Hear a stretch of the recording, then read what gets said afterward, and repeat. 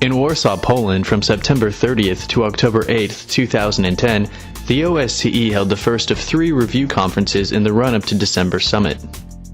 At the conference, participating states and NGOs reviewed their commitments to human rights. As part of its focus on human rights, the OSCE is interested in freedom of expression.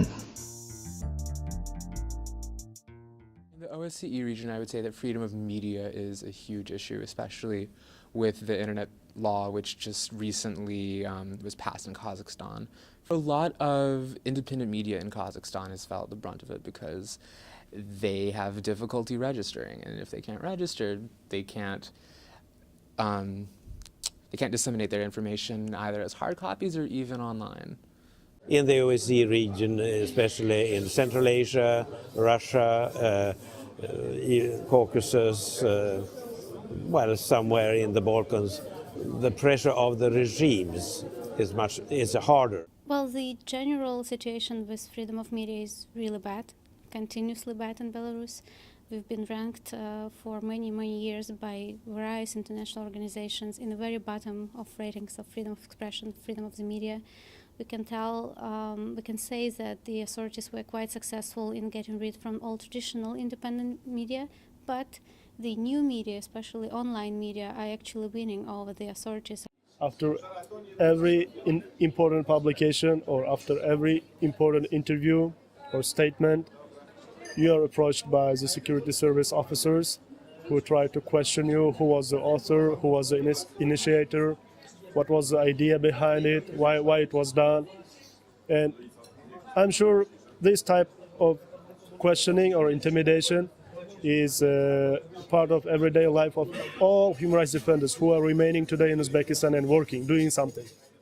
We've been following the judicial proceedings against Oleg Orlov, who is the chairman of the board of the organization Memorial, based in Russia, who is facing judicial harassment because he declared that President Ramzan Kadyrov, the president of Chechnya, was responsible of the murder of the human rights defender Natalia Estemirova.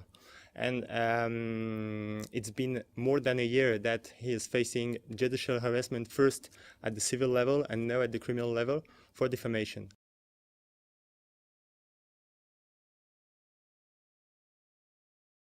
Securing NGO access for any kind of broad international event would be great, and even fortifying civil society's role within the OSCE and coming up with very direct mechanisms for OSCE participation and even for direct action.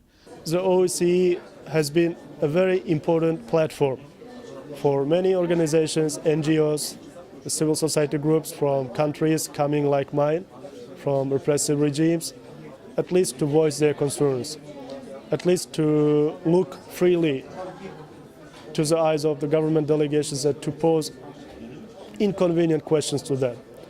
So I believe the OSCE could strengthen its focal point on human rights defenders by providing sufficient means to the OSCE at the financial but also at the political level to develop its protective activities.